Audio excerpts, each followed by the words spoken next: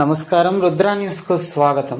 ఉస్నాబాద్ బలవంతంగా మీ ఆధిపత్యంలో ఉంచుకున్నారని, దానిని బంధ విముక్తి చేసే బాధ్యత నాది అని మంత్రి పొన్నం ప్రభాకర్ గౌడ్ అమలుపరచని బీజేపీని గద్దెదించుదామని, బీజేపీ ఒక్క సీటు కూడా గెలవకుండా చూసే బాధ్యత ఉస్నాబాద్ ప్రజలదని అన్నారు.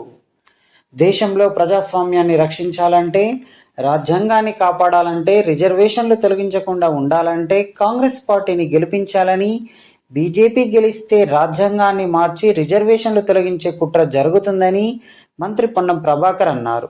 పార్లమెంట్ ఎన్నికల ప్రచారంలో భాగంగా ఉస్నాబాద్ పట్టణంలో కాంగ్రెస్ పార్టీ పార్లమెంట్ అభ్యర్థి వెల్చాల రాజేందర్ రావుతో కలిసి మంత్రి పొన్నం ప్రభాకర్ అనబేరి విగ్రహం నుండి అంబేద్కర్ చౌరస్తా వరకు నిర్వహించిన ర్యాలీలో పాల్గొన్నారు. ర్యాలీలో వేలాది మంది మహిళలు వచ్చి స్వచ్ఛందంగా ర్యాలీలో పాల్గొన్నారు. ఈ సందర్భంగా మంత్రి పొన్నం ప్రభాకర్ మాట్లాడుతూ, 5 నెలల క్రితం జరిగిన ఎన్నికల్లో నిండు మనసుతో నన్ను ఆశీర్వదించి గుండెల్లో పెట్టుకొని ఎమ్మెల్యేగా చేశారని, మీరు పంపిన మీ బిడ్డ 70 సంవత్సరాల ఉస్నాబాద్ చరిత్రలో కాంగ్రెస్ ప్రభుత్వంలో మంత్రి అయి మీ అందరి ఆకాంక్షలకు అనుగుణంగా పనిచేస్తున్నానని ఆకాంక్షించారు. అసెంబ్లీ ఎన్నికల్లో పేపర్ 1లో మొదటి పరీక్ష పాస్ అయ్యానని, పేపర్ 2 కోసం పార్లమెంట్ ఎన్నికల్లో రాజేందర్ రావుని పాస్ చేసి గెలిపించాలని ప్రజలకు విజ్ఞప్తి చేశారు. నన్ను ఎమ్మెల్యేగా గెలిపించిన తర్వాత అభివృద్ధి జరుగుతుందని, నేను మరింత ఉత్సాహంగా పనిచేయాలంటే వెలిచాల రాజేందర్ రావుని పార్లమెంటు సభ్యుడిగా గెలిపిస్తే ఉస్నాబాద్ నియోజకవర్గంలో మరింత అభివృద్ధి సాధించవచ్చునని పేర్కొన్నారు. ఉస్నాబాద్ గడ్డ సామాజికంగా మతతత్వ విధానాలకు, నియంతృత్వ విధానాలకు గుండె నిబ్బరంగా పోరాటాలు చేసిన గడ్డ అని తెలిపారు.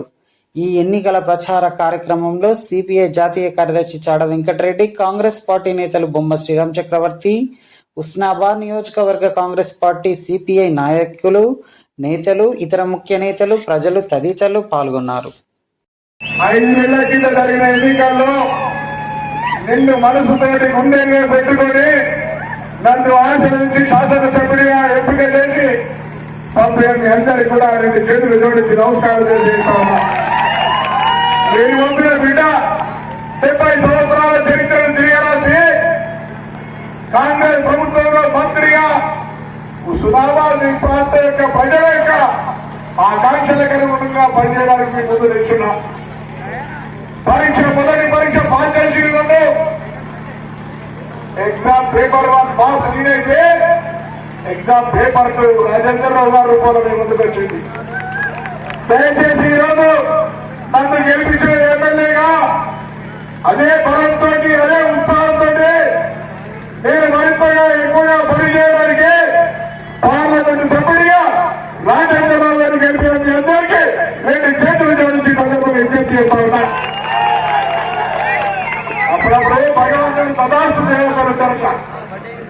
పొద్దుగాల పాపం హరీష్ రావు గారు కాంగ్రెస్ గెలుపులు చెప్పేసినట్టు ఎట్లయినా టీఆర్ఎస్ గెలిచేది లేవు. దయచేసి టీఆర్ఎస్ శ్రేణులారా, ఈ దేశ ప్రజాస్వామ్యాన్ని కాపాడడానికి, ఈ దేశంలో రిజర్వేషన్లను కాపాడుకోవడానికి, ఈ దేశంలో రాజ్యాంగాన్ని రక్షించుకోవడానికి ఏ బీజేపీ అయితే 400 సీట్లు గెలిపేయాలని అడుగుతా ఉందో, అది రాజ్యాంగాన్ని మార్చేయడానికి, రిజర్వేషన్లు తీసేయడానికి, ప్రజాస్వామ్యాన్ని కూలి చేయడానికి మాత్రమే. అటువంటి బీజేపీని మళ్ళీ ఒక్క సీటు కూడా గెలవకుండా చూసే బాధ్యత ఉద్యమ గడ్డ అయినటువంటి ఉస్నాబాద్ ప్రజలది అని ప్రజలని మనం ఈ ప్రాంతం బేసిక్గానే స్వాభావికంగానే మతతత్వ విధానాలకు, విభజన విధానాలకు, నియంత్రిత విధానాలకు ధైర్యంగా గుండె నిబ్బరంగా పోరాటం చేసేటువంటి గడ్డ ఇది. పెద్దలు చాలా వెంకరెడ్డి గారు చెప్పిన ముందే దేశంలో ఉన్నటువంటి ప్రస్తుత పరిస్థితుల్ని మాట్లాడే పెద్దలందరూ చెప్పినారు, ప్రజాస్వామ్యాన్ని కాపాడాలని. అసలు తెలంగాణ విభజన హామీలు అమలు చేయకుండా విభజన రాజకీయాలు చేస్తున్నటువంటి బీజేపీని పొందబెట్టేటువంటి అవసరం ఉందని సందర్భంగా కోరుతాం. తెలంగాణ ఏర్పాటును అవమానపరిచి అమరవద్దని అవహేళన చేసినటువంటి ఈ బీజేపీని పొందబెట్టాల్సిన అవసరం ఉందని మనం చేస్తా ఉన్నాం. వేదిక ఎక్కే బీజేపీలో టీఆర్ఎస్ లో మాట్లాడితే కాంగ్రెస్ 6 గ్యారెంటీల గురించి అడుగుతున్నారు. 10 సంవత్సరాలుగా అధికారంలో ఉన్నటువంటి Bharatiya Janata party TRS party BJP చెప్పినట్టుగా 15 లక్షల రూపాయలు ఎవరి ఖాతాలను వేసిందా అని అడుగుతా ఉన్నాం. ఇలా 15 లక్షలు ఏది బీజేపీ నా 6 గ్యారెంటీల గురించి మాట్లాడే హక్కుందా? 2 కోట్ల ఉద్యోగాలు ఏది బీజేపీ నా 6 గ్యారెంటీల గురించి మాట్లాడే హక్కుందా? 3016 రూపాయల నిరుద్యోగ వృద్ధి చేయాలన్నటువంటి టీఆర్ఎస్ పార్టీ రైతు రుణమాఫీ చేయలేక డబుల్ బెడ్రూమ్ ఇల్లు కట్టాలన్నటువంటి టీఆర్ఎస్ పార్టీ మాట్లాడుతూ ఉంది. కాంగ్రెస్ పార్టీ ఇప్పటికే ఆర్టీసీ బస్సులో మహిళలకు ఉచితంగా ఇచ్చింది. 200 యూనిట్ల కరెంటును ఫ్రీగా ఇస్తా ఉన్నాం. 500 గ్యాస్ సిలిండర్లు 10 లక్షల ఆరోగ్యశ్రీ. కాంగ్రెస్ ఎన్నికల కోడ్ కాగానే తెలంగాణ మొత్తం మీద 10 సంవత్సరాలుగా ప్రజలు వేడి చేస్తున్న రేషన్ కార్డులు ఇస్తామనేటువంటి వాటి సందర్భంగా మనం చేస్తా ఉన్నాం. దాంతో పాటు ఇందిరమ్మ ఇల్లు 5 లక్షల రూపాయలతో ఇందిరమ్మ ఇల్లు ఇస్తాం. పెన్షన్ కొత్త వాళ్ళతో పాటుగా పాత వాళ్ళందరికీ 4 లక్షల్ని, మహాలక్ష్మి 2500 ఆ వ్యక్తుల్లో 2 లక్షల రైతు రుణమాఫీ చేస్తామని వాటి సందర్భంగా మనం చేస్తాం. టీఆర్ఎస్ పార్టీ బీజేపీ పార్టీ కలిసి రాజకీయం ఆడుతూ కాంగ్రెస్ పార్టీని అప్రతిష్ట చేసే ప్రయత్నం చేస్తా ఉన్నారు. ఈ రోజు రైతు భరోసా చేస్తా ఉంటుంటే ఎన్నికల కమిషన్ కి ఫిర్యాదు చేసే హామీలు ఈ రోజు రైతులకు సంబంధించి అనేక రకాలుగా భవిష్యత్తు కార్యక్రమాలు జరుగుతూ ఉంటే ఇలాంటి పని అసూయతో మండిపోయే పరిస్థితులు ఉన్నారు. దయచేసి ఒకటే కోరుతాను, ఈనాడు రాజకీయ పరిస్థితుల్లో ప్రజాస్వామ్యానికి, ప్రజా సమస్యల పరిష్కారానికి, రాజ్యాంగ రక్షణకు మరి కాంగ్రెస్ పార్టీ గెలవాల్సిన అవసరం ఉంది. నేను హుస్నాబాద్ బిడ్డలు ఒకటే చెప్తాను, నన్ను మీరు అసెంబ్లీకి పంపిన తర్వాత ఏ విధంగానైతే మీ అందరూ నా మీద విశ్వాసం చూపెట్టినో అదే విధంగా నాకు సపోర్ట్ గా ఉండడానికి పార్లమెంట్ లో కూడా మనకు సంబంధించిన ప్రాంత అభివృద్ధికి నిధులు తేవడానికి రాజేందర్ రావు గారిని గెలిపే సందర్భంగా కోరుతా ఉన్నా.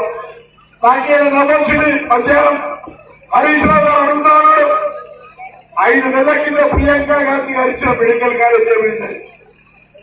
మెడికల్ కాలేజీ ఏర్పాటు అంటే 5 నెలలకి ఇచ్చిన హామీలో తొందర సాధ్యం సార్. నేను చేయకపోతే అడుగుతుంది. వాళ్ళు మరొకరి ఉత్సవాల్లో అనేకమైనటువంటి హామీలు ఇచ్చిండ్రు. ఏమైనా హరీష్ రావు గారి మనబడి చదువుకున్నటువంటి హుస్నాబాద్ బిడ్డలను అడుగుతా ఉన్నా.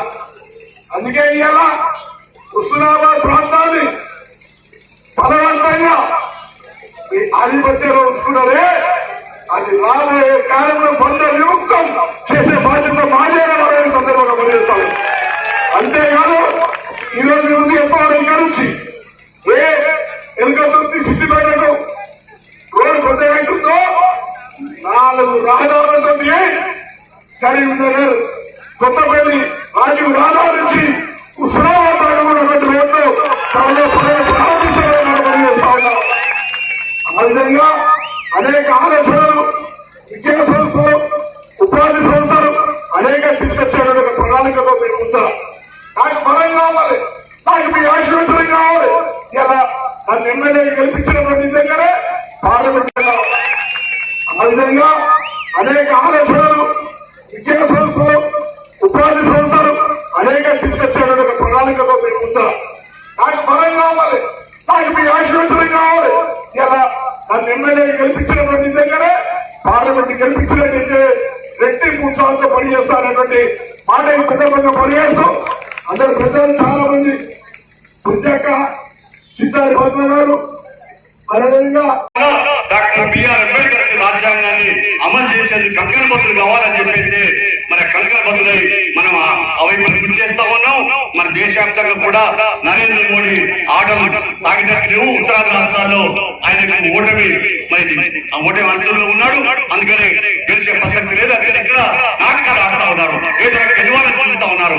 ఇక్కడ మనందరికీ కూడా తెలుసు బండి సంజయ్ ఎవరు, ఎక్కడి వాడు, ఆయన ఏం చేశాడు, మన హుస్నాబాద్ ప్రాంతానికి మట్టి కట్టలు ఇచ్చాడా? మన గౌరీ రిజర్వాయర్, మన గణిప రిజర్వాయర్, లేకుండా మన సాగునీరు ఒక్కసారి మాట్లాడాడు. నేను ప్రశ్నిస్తా ఉన్నాను, చెప్పండి, మాట్లాడాడా? బండి సంజయ్ ఎప్పుడైనా ఈ ప్రాంతంలో తిరిగినాడా? ఏదైనా పని చేశాడని అడుగుతా ఉన్నాను. ఎవరికైనా అభివృద్ధి కార్యక్రమం చేశాడా? ఆయనకు సంవత్సరానికి 5 కోట్లు వస్తాయి ఎంపీ ల్యాండ్స్. ఎవరు చేశాడా? ఏమీ చేయలే. ఒక్క పైసా పని చేయలేని అసమర్థుడు ఎవరైనా అంటే, నోరు తెలిసే మరి బూతు మాటలు చూడు ఎవరైనా అంటే బండి సంజయ్ అనే విషయాన్ని మీరందరూ కూడా గుర్తు చేసుకోవాల్సిన అవసరం ఉందని ఈ సందర్భంగా తెలియపరుస్తా ఉన్నాను. అలాగే మన పొన్నం ప్రభాకర్ ఆయన ఎంపీగా ఉన్నాడు. అప్పుడు తెలంగాణ కూడా పోట్లాడిండు. ఇప్పుడు స్టే చేస్తే కూడా పార్లమెంట్ లో ఆయన మీద మరి నిప్పులు పడే పరిస్థితి ఉంటే కూడా భయపడకుండా ప్రత్యేక తెలంగాణని కోరి గట్టిగా పట్టుబట్టి గెలిపి ప్రయత్నం చేసిన వాడు, అనేక ప్రశ్నలు అసెంబ్లీ పార్లమెంట్ వేసిన వాడు ఎవరైనా పొన్నం ప్రభాకర్ అనే విషయాన్ని కూడా ఇక్కడ మన అందరం కూడా అర్థం చేసుకోవాల్సిన అవసరం అని తెలియపరుస్తా ఉన్నాను. మరి ఇక్కడ మరి తెలంగాణ తెలుసుకున్నాం. ఈ హుస్నాబాద్ గడ్డ మీద అనేక పోరాటాలు చేసినాం, పాదయాత్ర చేసినాం. తెలంగాణ వచ్చింది. మరి నీళ్లు నియామకాల ఆత్మకరం ఏం జరగలే. కేసీఆర్ ఏం చెప్పింది? ఇక్కడ గుర్తు చేసుకొని కూర్చుండి గౌరవ విద్యాలయాలు చేస్తాడు. చేశాడే గుర్తు చేసుకుని కూర్చున్నాడు. ఎప్పుడైనా వచ్చాడా కేసీఆర్ ఇంతవరకు? వచ్చాడా? గౌరవ నిర్వాసనకి ఇంకా డబ్బులు ఇచ్చాడా? కాలువ తగ్గాడా? ఎక్కడ కూడా వరద కాలువ ఎక్కడ వేసరిగా కూడా అక్కడే ఉన్నది. వరద కాలువ కమ్యూనిస్ట్ పార్టీ అనేక సంవత్సరాలు పోరాటం చేస్తే వైఎస్ఆర్ ముఖ్యమంత్రి కాంగ్రెస్ ప్రభుత్వం వరద కాలువకు మంజూరు ఇచ్చిందని చెప్పి సకలంగా చెప్తా ఉన్నాను. అందుకనే మీరందరూ కూడా ఇలా అర్థం చేసుకోవాలా. మన పనులన్నీ జరగాలంటే ఇక్కడ పొన్నం ప్రభాకర్ గారికి బలం చేకూర్చాలా. మన హుస్నాబాద్ నియోజకవర్గం అభివృద్ధి కావాలంటే మనం రానున్న కాలంలో రాష్ట్ర కాంగ్రెస్ ప్రభుత్వానికి బలోపేతం చేయాలి. ఇవన్నీ చేయాలి. ఏం చేయాలి? మరి కొట్టాలంటే ఏం చేయాలి?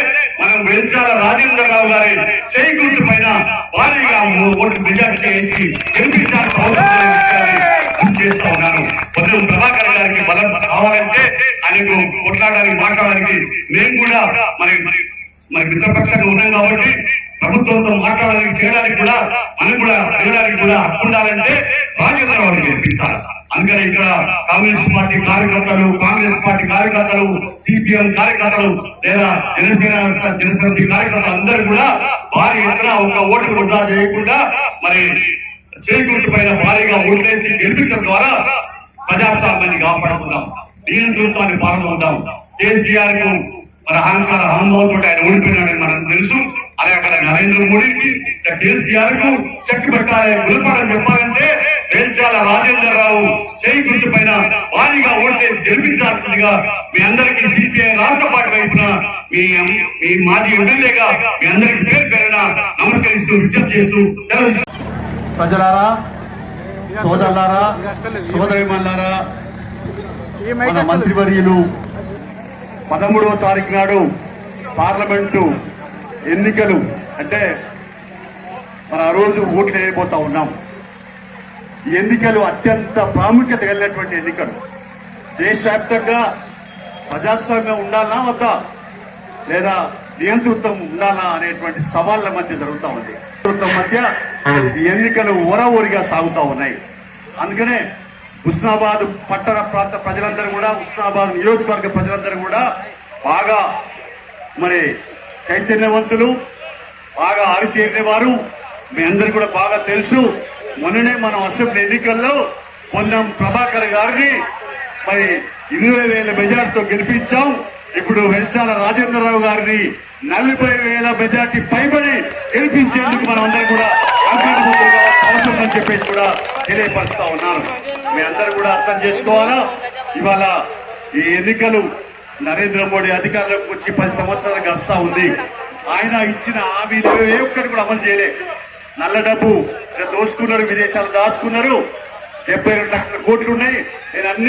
నన్ను ఓట్లేసి గెలిపించండి, నేను బీసీ వాళ్ళను, ఛాయ్ వాళ్ళను, రైల్వే స్టేషన్ లో ఛాయ్ పోసిన కుటుంబం వచ్చాను, నాకేసి గెలిపిస్తే నేను ఆ డబ్బు తీసుకొచ్చి ప్రతి కుటుంబానికి 15 లక్షల రూపాయలు ఇస్తా అని చెప్పినాడు.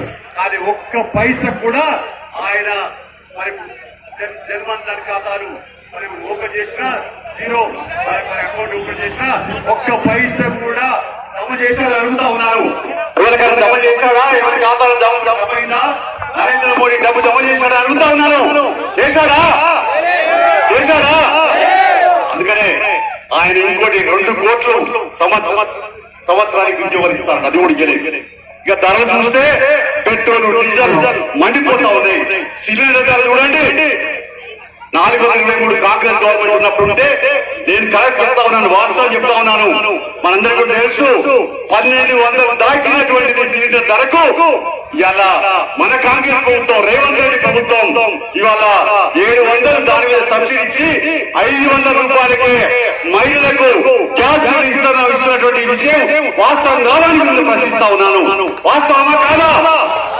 అందుకనే మనం ఆలోచించాలి. ఇవాళ అంటే నరేంద్ర మోడీ ప్రభుత్వం మరి వాళ్ళ ఎవరికి అనుకూలంగా పనిచేస్తా ఉంది, కార్పొరేట్ శక్తులకు అనుకూలంగా పనిచేస్తా ఉంది. మరి ప్రభుత్వ రంగ సంస్థలు అమ్మేస్తా ఉన్నాడు కాల్చౌకగా. అందులో ప్రధానంగా మరి కార్పొరేట్ సంస్థల వాళ్ళు బ్యాంకులలో అప్పులు తీసుకొని మరి అప్పులు కట్టకపోతే మొండి బకాయిల పేరుతో పెరిగిపోయినటువంటి 12 లక్షల కోట్ల రూపాయలు వాళ్ళకి మాఫీ చేశాడు. కానీ రైతు ఒక్క పైసలు మాఫీ చేశాడా? మన ఎస్సీ బీసీ ఎస్సీ మైనార్టీ వర్గాలకైనా మాఫీ చేశాడా? ఎవరికన్నా బకాయిలు కట్టించాడా? లేదా ఎవరికన్నా మరి ఉపాధి అవకాశాలు ఇలా జాతీయ గ్రామీణ ఉపాధి పథకం అంటే మీరు ఈజీఎస్ అంటారు, ఈజీఎస్ 400 రూపాయలు కూలీ ఇవ్వంటే ఇవ్వట్లేదు, దానికి కూడా నిధులు తగ్గించాడు. అందుకని ఏం చేయాలో ఇలాంటి నరేంద్ర మోడీ ప్రభుత్వం. ఇంకోవైపున ఆర్ఎస్ఎస్ ఎజెండాను అమలు చేస్తా ఉన్నాడు, మనువాద సిద్ధాంతాన్ని ముందుకు తీసుకొస్తా ఉన్నాడు, మతాల మధ్య చిచ్చు పెడతా ఉన్నాడు, కులాల మధ్య గందరగోళం చేస్తా ఉన్నాడు. మరి అందుకనే ఇవాళ మనం అంతా కూడా ఆలోచించాలా, ఈ మతోన్మాది ఈ మతవాదంతో పనిచేస్తున్నటువంటి నరేంద్ర మోడీకి పొందబెట్టాల్సిన అవసరం, ఓడించాల్సిన అవసరం ఉందా లేదా అని నిన్నందరూ కూడా ప్రశ్నిస్తా ఉన్నాను. ఓడించాలా వద్దా? అందుకని మనం అందరం ఆలోచించాలా. ఇంకోవైపు చూస్తే మరి నరేంద్ర మోడీ ప్రభుత్వం పూర్తిగా నియంత్రిత పోకడంతో పరిపాలన సాగిస్తున్నటువంటి విషయాన్ని మనం ఒకసారి గుర్తించుకుంటూనే మరి ఇంకో వైపున ఇవాళ డాక్టర్ బిఆర్ అంబేద్కర్ గారు ఇక్కడే మన విగ్రహం ఉన్నది, మనం ఉత్సవాల్లో నడిబొడ్లో పెట్టుకున్నాం. డాక్టర్ బిఆర్ అంబేద్కర్ అసలు రాజ్యాంగాన్ని కూడా ఆయన పూర్తిగా మార్చేటువంటి రాజ్యాంగాన్ని మార్చుతా అంటాడు. డాక్టర్ బిఆర్ అంబేద్కర్ గారు ఎస్సీలకు బీసీలకు పేద వర్గాలకు ఎస్టీలకి రిజర్వేషన్ కల్పించి వాళ్ళకు మూడు గుడ్డ నీడ విద్య వైద్య సౌకర్యాలు కల్పించేందుకు ఆ రాజ్యాంగంలో హక్కును పొందుపరిచాడు, ప్రశ్నించడానికి అవకాశం కల్పించాడు. ప్రభుత్వం ప్రతిపక్షాలు ఉండాలని కోరుకున్నాడు, ప్రతిపక్షాలు లేని ప్రభుత్వం ప్రజాస్వామ్యం అనబడని చెప్పాడు. అందుకని ఇవాళ మనం చూస్తా ఉన్నాం. అందుకని ఇక్కడ నరేంద్ర మోడీ ఏం చేస్తా ఉన్నాడు, ప్రశ్నించే గొంతుకలు నొక్కిస్తా ఉన్నాడు, ప్రశ్నించే గొంతుకల పైన రాజద్రోహం కేసు పెట్టి జైల్లో పెడతా ఉన్నాడు. మనందరికి తెలుసు వరారావు గారు ఎవరు, సాయిబాబా 90 సార్లు విగ్రహాలు ఉంటే నరేంద్ర మోడీ చంపడానికి కుట్ర చేసిందని వాళ్ళపైన రాజద్రోహం కేసు పెట్టి జైల్లో పెట్టి పేరు రాకుండా కుట్ర చేసినటువంటి నరేంద్ర మోడీని ఓడించాల్సిన అవసరం ఉందా లేదా అని నేను ప్రశ్నిస్తా ఉన్నాను. అలాగే మనం ఇంకో వైపు ఆలోచించాలా, ప్రతిపక్షాల ప్రభుత్వం కూలగొడతా ఉన్నాడు, ప్రశ్నిస్తే ఈడీ కేసులు మరి ఐటీ దాడులు లేదా సిబిఐ కేసులు పెట్టి జైల్లో పెడతా ఉన్నారు, ప్రజాస్వామ్యం లేకుండా చేస్తా ఉన్నారు, రాజ్యాంగాన్ని మారుస్తూ ఉంటాడు. కుల జనగణన లెక్కలు చేయబట్టమంటే జనాభా ప్రాతిపదికన మనకు లెక్కలు కావాలంటే జనాభా లెక్కలు చేయట్లేదు. మన అడుగులో ఉన్నాం, జనాభా ప్రాతిపదిక లెక్క చేస్తే బీసీల సంఖ్య పెరిగింది, ఎస్సీలు పెరిగింది, ఎస్సీలు పెరిగింది, వాళ్ళకు ఆ ప్రకారంగా రిజర్వేషన్ రావాలి. అందుకని ఇలాంటి సమస్యలపైన మరి మనం ఆలోచిస్తా ఉన్నాం. ఇండియా కూటమి మరి ప్రతిపక్షాలని కలిసి ఏర్పాటు చేసినాయి. కాంగ్రెస్ పార్టీ రాహుల్ గాంధీ గారు దాని నాయకత్వం సోనియా గాంధీ గారు వహిస్తా ఉన్నారు. అందులో కాంగ్రెస్ ఇతర పార్టీ పట్ల అన్ని ఉన్నాయి. ఏదేమైనా ఇండియా కూటమి ఆలోచనల్లో ఈ దేశంలో ప్రజాస్వామ్యాన్ని పునరుద్ధరించాలా, కాపాడుకోవాలా, డాక్టర్ బిఆర్ అంబేద్కర్ రాజ్యాంగాన్ని అమలు చేసేందుకు కంకణబద్దులు కావాలని చెప్పేసి మరి కంకణబద్దులై మనం అవైపు కృషి చేస్తా ఉన్నాం. మన దేశవ్యాప్తంగా కూడా నరేంద్ర మోడీ ఆటలు సాగినట్టు లేవు. ఉత్తరాంధ్ర రాష్ట్రాల్లో ఆయనకు ఓటమి మరి ఆ ఓటమి అంచుల్లో ఉన్నాడు. అందుకనే గెలిచే ప్రసక్తి లేదు. అందుకని ఇక్కడ నాటకాలు ఆడుతా ఉన్నారు, ఏదైనా గెలవాలని చూస్తా ఉన్నారు. ఇక్కడ మనందరికీ కూడా తెలుసు బండి సంజయ్ ఎవరు, ఎక్కడి వాడు, ఆయన ఏం చేశాడు, మన ఉస్మానాబాద్ ప్రాంతానికి మట్టి కట్టలు ఇచ్చాడా, మన గౌరీ రిజర్వాయర్, మన గణిపల్లి రిజర్వాయర్, లేకుండా మన సాగునీరు ఒక్కసారి మాట్లాడాడు. ప్రశ్నిస్తా ఉన్నాను, చెప్పండి మాట్లాడాడా? బండి సంజయ్ ఎప్పుడైనా ఈ ప్రాంతంలో తిరిగినాడా? ఏమైనా పని చేసేవాళ్ళు అడుగుతా ఉన్నాను. ఎవరికైనా అభివృద్ధి కార్యక్రమం చేశాడు?